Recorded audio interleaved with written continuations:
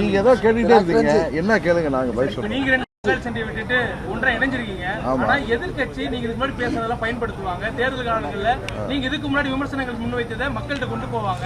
இது எப்படி தேர்தல் நேரத்தில் நீங்க களத்தில் எதிர்கொள்ள போறீங்க? இப்ப திமுக 2016-21 எதிர்கட்சியா இருந்துச்சு. அப்ப எதுக்கெல்லாம் திரு ஸ்டாலினோ அந்த கட்சிக்கு போராடினாங்கன்னு தெரியும். 21 தேர்தல் அறிக்கை கொடுத்து வந்தாங்க. தேர்தல் அறிக்கையில் 95% நிறைவேற்றல. இதையும் நாங்கள் கொண்டு போவோம்ல. இது எங்கள் குடும்ப பிரச்சனை. ஒரு தாய் மக்களாக ஒரு குடும்பமாக ஒரு கூட்டு குடும்பமாக இருந்த எங்களுக்குள்ளார பிரச்சனை. இது கட்சி பிரச்சனை தான், கரெக்டா? இதில் எங்களுக்குள்ளார மனஸ்தாபம் இருந்து பிரிந்து இருந்தது உண்மை. இதை தான் நான் நேற்றுலேருந்து சொல்லிட்டு இருக்கேன். நான் அன்னைக்கு 21ஆம் தேதி சொல்லிட்டு இருக்கிறேன். எங்களுக்குள்ளார பிரிவு இருந்தது உண்மை, எங்களுக்குள்ளார மனஸ்தாபம் இருந்தது உண்மை. ஆனால் மாண்புமிகு அமித்ஷா அவர்கள் 21 முயற்சி செய்தார்கள். அப்பொழுது நடக்காமல் போய்விட்டது.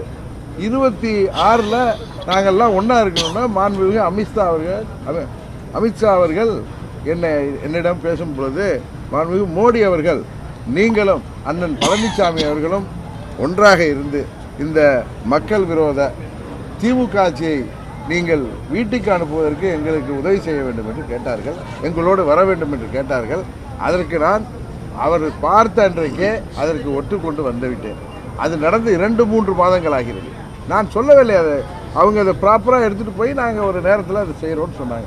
அதுபோல் அண்ணன் அவர்களும் அதற்கு ஒப்புதல் அளித்த பிறகுதான் அவர் என்னை அழைத்து பேசினார்கள். இதுதான் உங்களுக்கு தெரியும். இதில் 2 பேரும் ஒப்புதல் அளித்த பிறகுதான் இந்த கூட்டணி உருவாயிருக்கு. இதில் அச்சுறுத்தலோ அழுத்தமோ யாருக்கும் இல்லை. நாங்கள் இருவரும் அண்ணன் தம்பியார்களாக எப்படி இருந்தோமோ 2017 ஏப்ரல் மாதம் வரைக்கும் இருந்தோமோ அதுபோல் ஒன்றிணைந்து விட்டோம். இப்போ எங்களை பார்த்தாலே தெரியலையா? எங்களுக்குள்ளார ஒன்றும் பிரச்சனை இல்லை.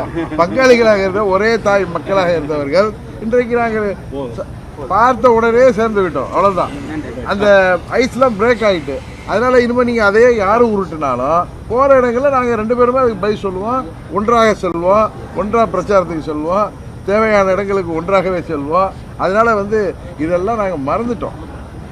எல்லாத்தையும் மறந்ததுக்கு பிறகு நீங்கள் என்னதான் அதை போட்டு திரும்ப திரும்ப கிளறினாலும் ஆட்சியாளர்கள் சொன்ன வாக்குறுதிகளை நிறைவேற்றாமல் ஏமாற்றிட்டு இருக்கிற ஆட்சியை முடிவுக்கு கொண்டு வராமல் விட மாட்டோம்.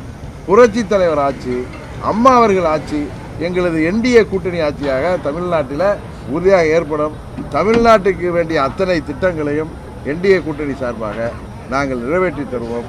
ஒரு வளமான தமிழகத்தை உருவாக்குவதற்கு நாங்கள் அனைவரும் ஒன்றிணைந்து மதம் ஆச்சரியங்களை எல்லாம் துறந்து நாங்கள் அம்மாவின் ஆட்சியை கொண்டு வருவதற்கு எங்கள் ஒரே இலக்காக நாங்கள் பயணிப்போம்.